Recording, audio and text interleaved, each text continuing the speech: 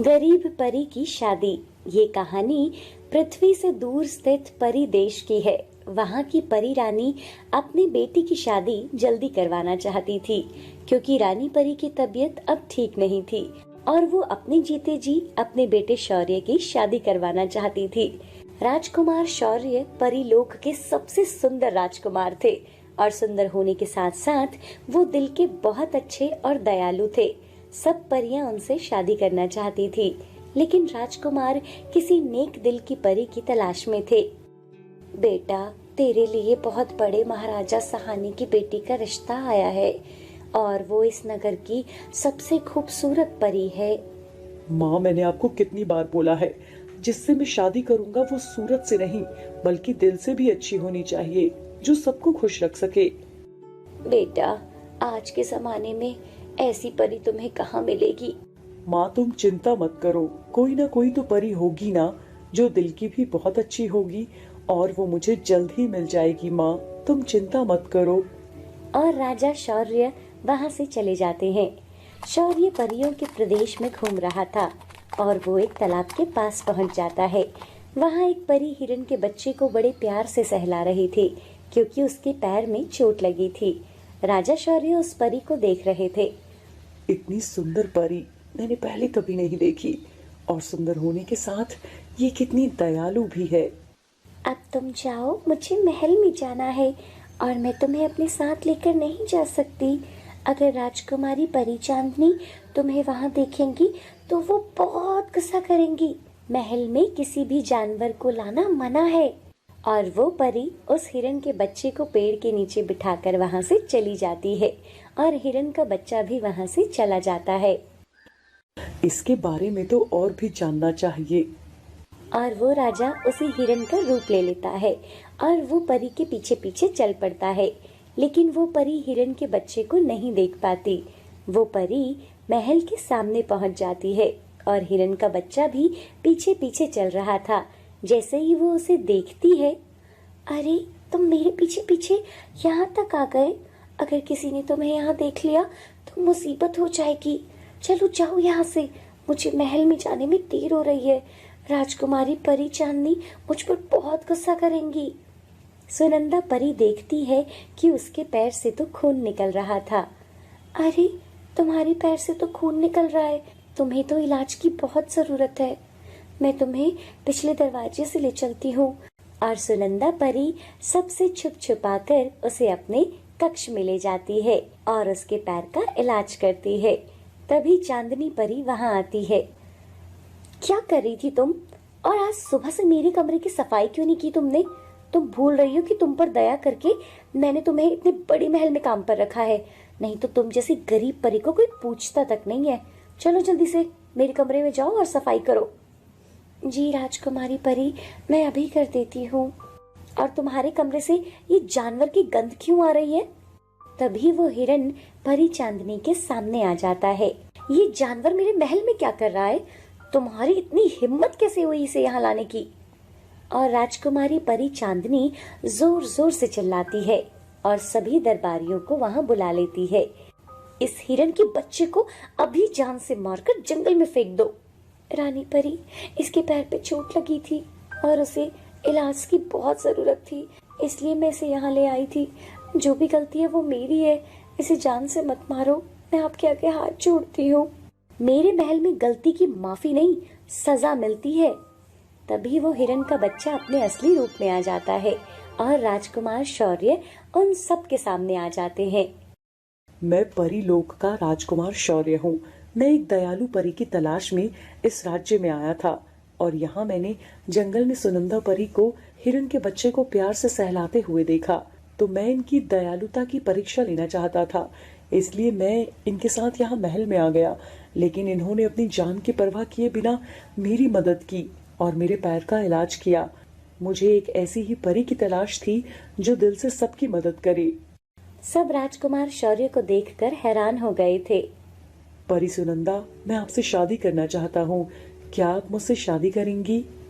सुनंदा का इस महल में अपना कोई नहीं था और वो इस महल में राजकुमारी चांदनी परी की सेवक थी, इसलिए सुनंदा परी ने शादी के लिए हाँ कर दी। चांदनी परी, आपको इन बेजुबान जानवरों से इतनी नफरत नहीं करनी चाहिए। ये भी हमारी तरह ही है, इनमें भी जान है। शौर्य की बातें सुनकर राजकुमारी चांदनी परी को अपनी गलती का एहसास हो जाता है। राजा शौर्य परी सुनंदा को अपने साथ अपने राज्य परी लोक ले जाते हैं और उनसे शादी कर लेते हैं और इस तरह एक गरीब परी की शादी बहुत बड़े राजकुमार से हो जाती है। महाराज, परी ने 2 जुड़वा बेटियों को जन्म दिया है। क्या 2 परियां आई हैं मेरे महल में? और राजा अपनी दोनों बेटियों से मिलता है। देखिए महाराज अपनी बेटियों को, छोटी परी तो चांद का टुकड़ा है। अरे वाह, दोनों परियां बहुत सुंदर हैं, लेकिन इस परी का नाम तो मैं चंदा ही रखूंगा। बिल्कुल चांद की तरह चमक रही है मेरी बेटी। बिल्कुल सही कहा आपने, तो फिर दूसरी का नाम रूपाली होगा। ये कहानी परी लोक में रहने वाली 2 बहनों की है। रूपाली और चंदा 2 बहनें थी, लेकिन उन दोनों बहनों को देखकर ये बता पाना कि दोनों बहन हैं नामुमकिन था, क्योंकि दोनों बहनों में जमीन आसमान का अंतर था।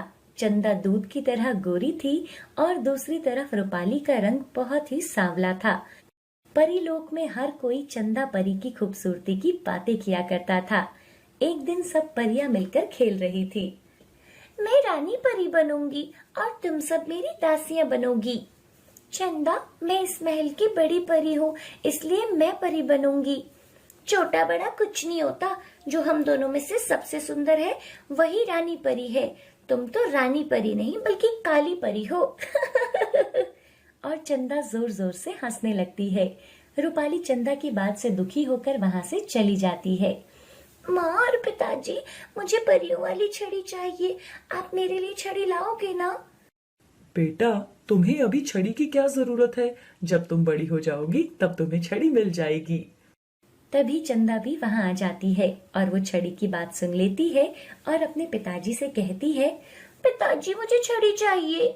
हाँ हाँ बेटा, हम तुम्हारे लिए आज ही जाकर सबसे सुंदर छड़ी ले आएंगे।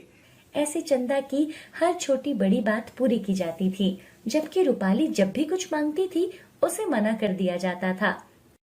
एक दिन चंदा परी अपने महल में घूम रही थी, तभी वहाँ अचानक एक बच्चा आता है जिसके मुंह पर जलने के निशान थे।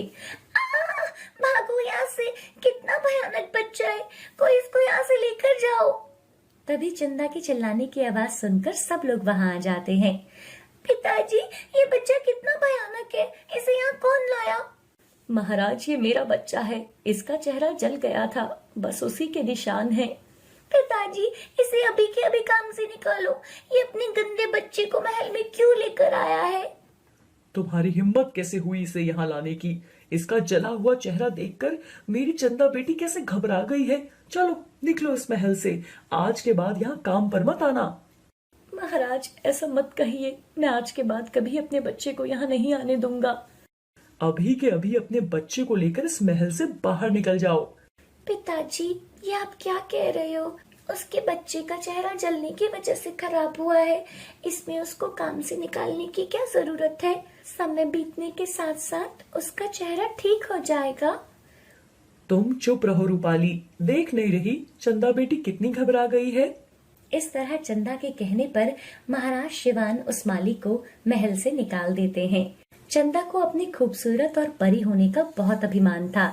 ऐसे ही धीरे धीरे चंदा और रूपाली बड़े हो जाते हैं और चंदा जितनी सुंदर थी उतनी ही घमंडी भी थी।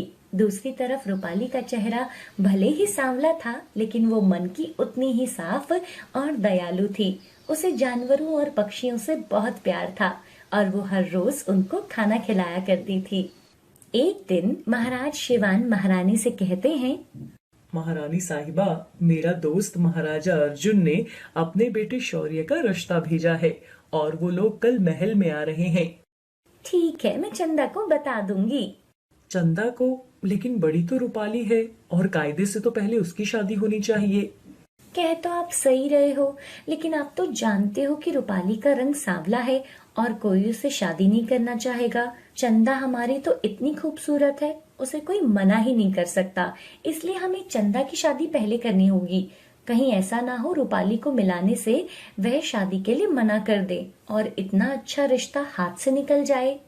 और महाराजा शिवान अपनी पत्नी की बात मान लेते हैं। अगली सुबह हर रोज की तरह रूपाली नदी के किनारे जाती है और मछलियों को खाना डालती है। उसी रास्ते से राजा शौर्य आ रहे थे। वो नदी किनारे रूपाली को मछलियों को खाना खिलाते देखते हैं। अरे, ये कौन है जो इन जानवरों के बारे में इतना सोच रही है? जाकर देखता हूँ। बहुत अच्छा काम कर रही हैं, नहीं तो आज के समय में हर कोई अपने काम में ही व्यस्त है। मुझे ये सब करना अच्छा लगता है। वैसे आप कौन हैं? आपको पहले इस परीलोक में मैंने नहीं देखा। मैं राजा शौर्य हूँ। मैं साथी के परीलोक का राजा हूँ और महाराजा शिवान के महल जा रहा हूँ। तो आप हमारे महल जा रहे हो? मैं उनकी बड़ी बेटी रूपाली हूँ। माफ कीजिए, पिताजी ने आपके आने की सूचना नहीं दी। आप महल में चलिए, हम बस मछलियों को खाना खिलाकर आते हैं। आपसे मिलकर बहुत अच्छा लगा। और फिर महाराजा शौर्य वहाँ से आगे चले जाते हैं और मन ही मन में सोचते हैं, वो रूपाली जी तो बहुत अच्छे मन की है। हमें ऐसी लड़की चाहिए थी जो मन की साफ और दयालु हो। जब महाराजा शौर्य महल में जाते हैं तो वहाँ सब उनका स्वागत करते हैं और फिर राजा शौर्य को चंदा परी से मिलाया जाता है। चंदा परी उन्हें बहुत खूबसूरत लगती है। शौर्य मन में सोचते हैं कि ये भी अपनी बहन की तरह दयालु होगी। चंदा को भी महाराजा शौर्य पसंद आ गए थे। वो दोनों बगीचे में घूम रहे थे। तभी एक पक्षी ऊपर से चंदा परी पर बीट कर देता है। ये क्या? इस पक्षी ने मुझे गंदा कर दिया। और चंदा अपनी जादुई छड़ी से उस पक्षी की जान ले लेती है और वो नीचे गिर जाता है। ये आपने क्या किया? इतनी सी गलती की वजह से आपने उसे जान से मार दिया। मैं परियों की रानी चंदा हूँ। उसे ये गुस्ताखी करने से पहले सोचना चाहिए था। तभी रूपाली भी वहाँ आ जाती है। उस पक्षी को मरा हुआ देखकर वो जल्दी से उसे उठाती है। जल्दी कोई पानी लाओ, क्या हुआ इसे? ये अभी मर चुका है। आ गई रूपाली, फिर ये रोना धोना शुरू कर देंगी। चलो, आप मेरे साथ चलो। तुम जाओ, मैं अभी आता हूँ। और राजा शौर्य उसे सारी बात बताता है। ये सुनकर रूपाली की आंखें भर आती हैं। पता नहीं ये चंदा ऐसा क्यों करती है। ये भूल जाती है कि इनमें भी हमारी तरह जान है और इन्हें भी दर्द होता है। रूपाली का रंग भले ही सांवला था, लेकिन वो मन की बहुत दयालु थी और उसकी ये बात महाराजा शौर्य को बहुत पसंद आई। राजा शौर्य महाराजा के पास जाते हैं और उनसे बोलते हैं कि उन्हें चंदा से नहीं बल्कि उनकी दूसरी बेटी से शादी करनी है। तभी चंदा भी वहाँ आ जाती है और वो राजा शौर्य की बातें सुनकर जोर जोर से हंसने लगती है। तुम मुझे ठुकराकर उस काली रूपाली से शादी करना चाहते हो? तुम्हें शायद पता नहीं है, इस पूरे परी लोक में ना मुझसे सुंदर परी कोई नहीं है और तुम मुझे छोड़कर उस रूपाली से शादी करना चाहते हो। चंदा, तुम शायद भूल रही हो, रूपाली तुम्हारी बड़ी बहन है। ये सब हमारी ही गलती है कि हमने तुम्हें कभी ये नहीं सिखाया कि सूरत से बढ़कर सीरत होती है। और आज राजा शौर्य ने रूपाली से शादी करने का बिल्कुल सही निर्णय लिया है, क्योंकि रूपाली जैसी लड़की उन्हें नहीं मिल सकती। महाराजा शिवान और उनकी महारानी रूपाली से माफी मांगते हैं। बेटा रूपाली, हमें माफ कर दे। हमने तुम्हें हमेशा चंदा से कम समझा और हमेशा चंदा की हर जिद को पूरा किया। सब राजा शौर्य की बात मान लेते हैं और रूपाली की शादी राजा शौर्य के साथ बड़े धूमधाम से करते हैं। बाद में चंदा भी रूपाली से अपनी गलती की माफी मांगती है। ये कहानी परीलोक की है। राजा अंगद परीलोक का बहुत बड़ा और होनहार राजा था। उसकी 3 बेटियां थी, मेघा, तारा और चांदनी। पत्नी सुनंदा के जाने के बाद राजा अंगद ने अपनी तीनों बेटियों को बड़े प्यार से पाला था। मेघा सब परियों में से सबसे बड़ी थी। बड़ी होने के साथ साथ वो बहुत समझदार और दयालु थी। बाकी परियों को अपने परी और सुंदर होने का बहुत घमंड था, लेकिन मेघा उन बाकी परियों से बिल्कुल अलग थी। मेघा बिल्कुल अपनी माँ पर गई थी। एक दिन की बात है, राजा अंगद अपनी तीनों बेटियों से कहते हैं, मैं खजाने वाले जंगल जा रहा हूँ। तुम्हें अपने लिए जो भी सामान चाहिए लिस्ट बना के दे दो और मेघा से भी बोल दो, उसे कुछ भी चाहिए हो तो वो लिस्ट में लिखवा दे। लेकिन मेघा है कहाँ? दिखाई नहीं दे रही महल में। अरे पिताजी, मेघा दीदी तो बगीचे में होगी, और कहाँ होगी दी? ऐसे अपने पिता से बोलकर वो दोनों परियां तारा और चांदनी अपने सामान की लिस्ट बनाने लगते हैं। मुझे तो अपने लिए बहुत सारे लहंगे मंगवाने हैं पिताजी से। मुझे चूड़ियां मंगवानी है। मैंने तो सुना है वहाँ बहुत सुंदर सुंदर चूड़ियां मिलती है। और राजा अंगद बगीचे में जाते हैं तो मेघा परी फूलों के पौधों को पानी दे रही थी। मेघा बेटी, तुम यहाँ क्या कर रही हो? इस काम के लिए तो घर में कितने नौकर हैं। पिताजी, मुझे ये सब करना अच्छा लगता है, इसलिए मैं ये कर रही हूँ। तुम बिल्कुल अपनी माँ पर हो बेटी। अगर तुम्हारी माँ आज जिंदा होती तो वो तुम्हें देखकर बहुत खुश होती। मैं भी किन बातों में लग गया। मैं तुम्हें बताने आया था कि मैं खजाने वाले जंगल में जा रहा हूँ। अगर तुम्हें अपने लिए कुछ मंगवाना है तो तुम भी लिस्ट में अपना सामान लिखवा दो। तारा और चांदनी सामान की लिस्ट बना रही हैं। नहीं पिताजी, मुझे कुछ नहीं चाहिए। आप बस मेरे लिए वहाँ का सबसे सुंदर फूल ले आना। मेघा अपने पिता से खजाने वाले जंगल से सबसे सुंदर फूल मंगवा लेती है। तभी तारा और चांदनी अपने पिताजी को अपने सामान की लिस्ट दे देते हैं और राजा अपने घोड़े पर खजाने के जंगल की ओर निकल जाता है। खजाने से भरा जंगल इसलिए कहा जाता है क्योंकि जंगलों के बीचों बीच खजाने से भरा महल था, जहाँ बहुत हीरे जवाहरात और परियों के लिए अलग अलग तरह की पोशाकें थी। परी लोक में रहने वाले लोगों की सारी जरूरत का सामान वहाँ पर था। राजा खजाने वाले जंगल में पहुँच जाता है और वह खजाने से भरे महल से बहुत सारे हीरे जवाहरात ले लेता है। अब वह अपनी बेटी मेघा के लिए सबसे सुंदर फूल ढूंढ रहा था। वो महल जंगलों के बीचों बीच फैला हुआ था। जाते जाते राजा महल के दूसरी तरफ आ गए और राजा की नजर पास में एक पेड़ पर पड़ती है जो लाल रंग के फूलों से भरा हुआ था। राजा ने पहली बार इतना सुंदर फूल देखा था। मेघा इस फूल को देखकर बहुत खुश होगी और इससे ज्यादा सुंदर फूल मुझे और कहीं नहीं मिलेगा। मुझे यही फूल मेघा के लिए ले जाना है। राजा जैसे ही उस लाल रंग के फूल के पेड़ की ओर जाता है तभी बहुत तेज से हवाएं चलने लगती हैं। अरे, ये अचानक इतनी तेज हवाएं कैसे चलने लगी? मुझे जल्दी से फूल तोड़ लेना चाहिए। राजा जल्दी से एक फूल तोड़ लेता है। इतने में एक बहुत बड़ा और डरावना चेहरा उस पेड़ में से निकलता है और पेड़ की शाखाएं राजा को पकड़ लेती हैं। राजा उस राक्षस को देखकर बहुत डर जाता है और बोलता है, छोड़ो मुझे, मैं कहता हूँ मुझे छोड़ो। तुम्हें कैसे छोड़ दूं? इतने सालों से यहाँ कोई नहीं आया। सब खजाना लूटकर वापस चले जाते थे, लेकिन तू है जो मेरे तक पहुंचा है। मुझे माफ कर दो, मैं अपनी बेटी के लिए ये फूल लेने आया हूँ।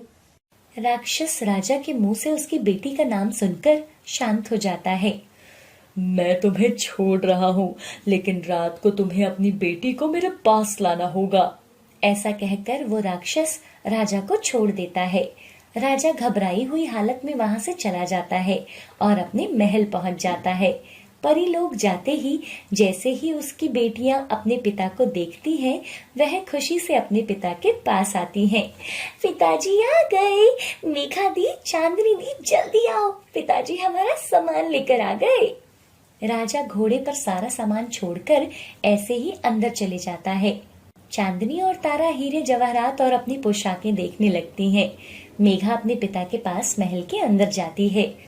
पिताजी, क्या हुआ? आप इतने परेशान क्यों लग रहे हो? खजाने के जंगल में कुछ हुआ है क्या? अरे नहीं बेटी, कुछ नहीं हुआ। पिताजी, आप मेरे लिए फूल लाए हो क्या? फूल? फिर राजा मेघा को वो फूल दे देता है। मेघा जैसे ही उस फूल को देखती है वह बहुत खुश होती है। वाह पिताजी, आप तो मेरे लिए दुनिया का सबसे सुंदर फूल लाए हो। लेकिन राजा अंगद के दिमाग में तो अभी भी उसी राक्षस की बातें चल रही थी। वह अपनी बेटी को उस राक्षस के पास कभी नहीं भेजना चाहता था। इसलिए राजा अपनी बेटी मेघा को सारी बात बताता है और बोलता है, मैं आज फिर उसके पास जाऊंगा, लेकिन मैं तुम्हारी जान को खतरे में नहीं डाल सकता। अगर मैं लौटकर नहीं आया तो तुम सबका ध्यान रखना मेघा बेटी। पिताजी, आप ये क्या कह रहे हो? मैं आपको कहीं नहीं जाने दूंगी। उस राक्षस ने मुझे बुलाया है तो मैं ही जाऊंगी। लेकिन उसके पिता मेघा को उसकी माँ की कसम देकर रोक लेते हैं। लेकिन शाम होने से पहले ही मेघा किसी को भी बिना बताए उस खजाने वाले जंगल में चली जाती है। माँ और पिताजी, मुझे माफ कर देना, लेकिन मैं अपने पिताजी को खोना नहीं चाहती हूँ। ये सब मेरी वजह से हुआ है, तो उस राक्षस के पास भी मैं ही जाऊंगी। और जाते जाते वह उसी महल के पास आ जाती है। मेघा महल के अंदर जाती है और वहाँ बहुत सारा खजाना पड़ा हुआ था। पूरा महल खजाने से भरा पड़ा था। महल के बीचों बीच जाते जाते मेघा महल की दूसरी तरफ पहुंच जाती है, जहाँ वो राक्षस सुंदर फूल का पेड़ बना हुआ खड़ा हुआ था। मेघा जैसे जैसे उस पेड़ की तरफ बढ़ रही थी, तभी तेज हवाएं चलने लगती हैं। मेघा का चेहरा चांदनी रात में चमक रहा था और वह बहुत सुंदर लग रही थी। मेघा जैसे ही पेड़ के फूल को हाथ लगाती है, तो वो राक्षस सामने आ जाता है। मेघा ने इतना भयानक चेहरा पहले कभी नहीं देखा होगा, लेकिन फिर भी वो उस राक्षस से बिल्कुल नहीं डरी। कौन हो तुम और तुमने मुझे यहाँ क्यों बुलाया है? तुम्हें मेरे पास आने से डर नहीं लगा? मेरी इस भयानक सूरत को देखकर तो सब डर जाते हैं। क्या तुम्हें डर नहीं लगता? तुम्हारा ये चेहरा चाहे कितना भी बुरा हो, लेकिन इस सुंदर फूल की वजह से मैं भी तुम्हें देखना चाहती थी। जिसके इतने सुंदर फूल हैं, वो एक राक्षस कैसे हो सकता है? महल में इतनी सारी चीजें हैं, हीरे जवाहरात हैं, क्या तुम्हें उनमें कोई चीज पसंद नहीं आई? मुझे इन चीजों का कोई मोह नहीं है। मेघा की बात सुनकर वो राक्षस अपने अतीत के बारे में बताता है। मैं इस महल का राजा हूँ। मुझे एक जादूगर ने अपने काले जादू से शापित कर दिया था और इस पेड़ में बदल दिया था, क्योंकि मैंने उसकी बेटी से शादी करने के लिए मना कर दिया था। वो जादूगर और उसकी बेटी मेरा महल और सारे हीरे जवाहरात लेना चाहते थे, लेकिन मैंने उनकी बात नहीं मानी और उसने मुझे इस पेड़ में बदल दिया। उन्होंने बोला था कि जो कोई लड़की इस महल की सबसे कीमती चीजों को छोड़कर इस पेड़ का फूल लेगी, वही मुझे इस श्राप से मुक्ति दिलवा सकती है। और तुम ही हो वो परी जिसने हीरे जवाहरात सब चीजें ठुकराकर मुझे इस फूल को चुना। अगर तुम इस पेड़ के तने को स्पर्श करती हो, तो मैं फिर से अपने असली रूप में आ जाऊंगा। मेघा जैसे ही उस फूल के पेड़ के तने को स्पर्श करती है, तो उसमें से एक लड़का निकलता है। मैं हूँ राजा शौर्य। मैं तुम्हारा बहुत धन्यवाद करता हूँ। आज तुम्हारी वजह से ही मैं इस श्राप से आजाद हो पाया हूँ। राजा शौर्य बहुत सुंदर थे और उन्हें मेघा बहुत सुंदर लगी। तभी मेघा के पिता भी वहाँ पहुँच जाते हैं और वो सारी बात सुन लेते हैं। मेघा, मेरी बच्ची, तू ठीक तो है ना? पिताजी, मैं बिल्कुल ठीक हूँ। आपकी बेटी मेघा सुंदर होने के साथ बहुत बहादुर भी है। आज इसकी वजह से मैं इस श्राप से मुक्त हो पाया हूँ। मैं आपकी बेटी से शादी करना चाहता हूँ, अगर आप चाहो तो। राजा अपनी बेटी की शादी धूमधाम से करता है। मेघा की शादी में परी लोक की सब परियां शामिल हुई थी। अब तो मेघा खजाने वाले महल की महारानी बनने वाली है। सारा खजाना मेघा का हो जाएगा। अब तो राजा शौर्य लौट आए हैं और अब तो उनके खजाने को कोई भी हाथ नहीं लगा सकता। मेघा और राजा शौर्य साथ में खुशी से रहने लगे।